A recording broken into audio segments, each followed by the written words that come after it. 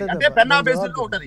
అక్రమంగా ఆ రోజు ఎన్టీఆర్ ఉన్నప్పుడే నష్టం జరిగిందని చెప్పేసి ఆ రోజు బీఆర్ఎస్ పార్టీ, ఈ రోజు బీఆర్ఎస్ పార్టీ చెప్తే, ఎందుకంటే ఏదైతే మద్రాసు సంబంధించిన ప్రాంతాలకు 34 టీఎంసీల నీటిని తాగునీటి కోసం ఇచ్చినారు ఆ రోజు బీఆర్ఎస్ పార్టీ ఆ రోజు తెలంగాణ వ్యతిరేకించారు. తర్వాత ఏం చేసినావు? ఒక్క పెద్ద కొట్టి ఎత్తుకొని పోయేటట్టు దానికి ఏమంటారు 8 గంటల చర్చ చేసినావు నీ ప్రగతి భవన్లో కూర్చొని. అయ్యా 2004-2014 వరకు రాజశేఖర రెడ్డి హయాంలో ఏదైతే పోతిరెడ్డి పాటు సంబంధించి పోవాల్సిన నీటి సామర్థ్యం ఎంత? 11,000 క్యూసెక్లు మాత్రమే పోవాలి. 11,000 క్యూసెక్ ని పోతిరెడ్డి పాడుకు పెద్ద పొక్క పెట్టి 44,000 టీఎంసీలు, తదంతా 84,000 టీఎంసీలు తీసుకపోతుంది. మీ హయాంలో సిగ్గు లేకుండా మాట్లాడుకోరు. ఇంకా మీ హయాంలో మొన్న చేసినటువంటిది ఇంకా బుద్ధి లేకుండా మాట్లాడుతున్నారు. ఎత్తుకపోతుంటే పోయి రాయలసీమ రత్నాలసీమ వేసాను వచ్చిండు. ఒక్క పెద్ద కొట్టుకొని పోయినప్పుడు ఏం పడుతుంది మీరు ఆ రోజు? నేను ఇంకొకటి చెప్పనా, Krishna river management board telemetry పరికరాలని మనం అమర్దాము.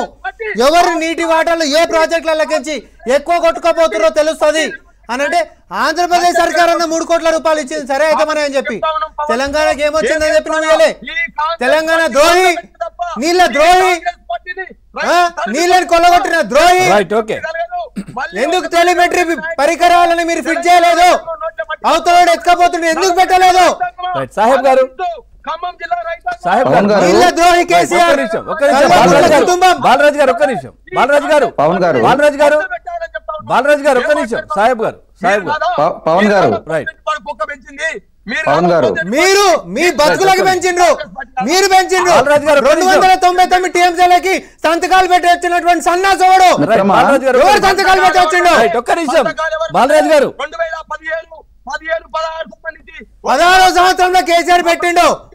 2021లో దాన్ని ఎక్స్టెన్షన్ చేయించిండు. రైట్ ఒక్క నిమిషం. సాహెబ్ గారు బాలరాజు గారు ఒక్క నిమిషం. బాలరాజు గారు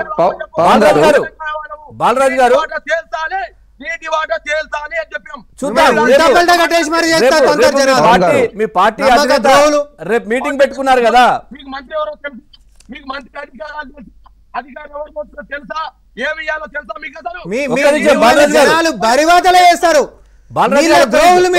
సాహెబ్ గారు దక్షిణ తెలంగాణ నోట్ల మట్టి కొట్టిన వాళ్ళు. రైట్ సాహెబ్ గారు పవన్ గారు